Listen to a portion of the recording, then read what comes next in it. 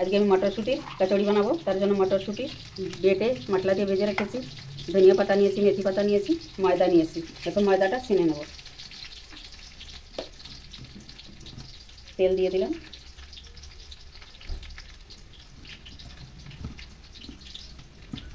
এতে মেথি পাতা, ধনিয়া পাতা দিয়ে দেবো।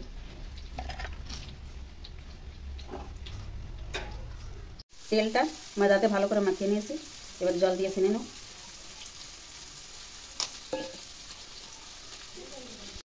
ময়দাটা ভালো করে ছেনে নিয়েছি, এখন এর ভিতর ভরে বেলে নেব।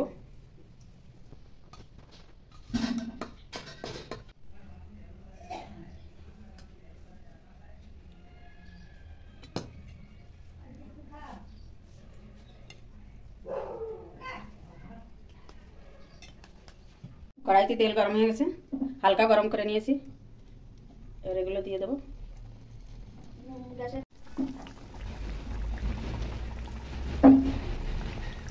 মটরশুঁটির কচুরি হয়ে গেছে, এবার নামিয়ে নেব।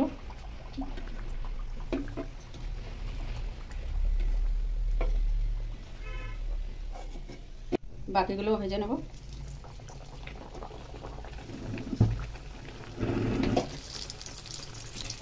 কচুরি বানানো হয়ে গেছে। আমার ভিডিওটা যদি ভালো লেগে থাকে লাইক করবেন, শেয়ার করবেন, সাবস্ক্রাইব করবেন। নমস্কার।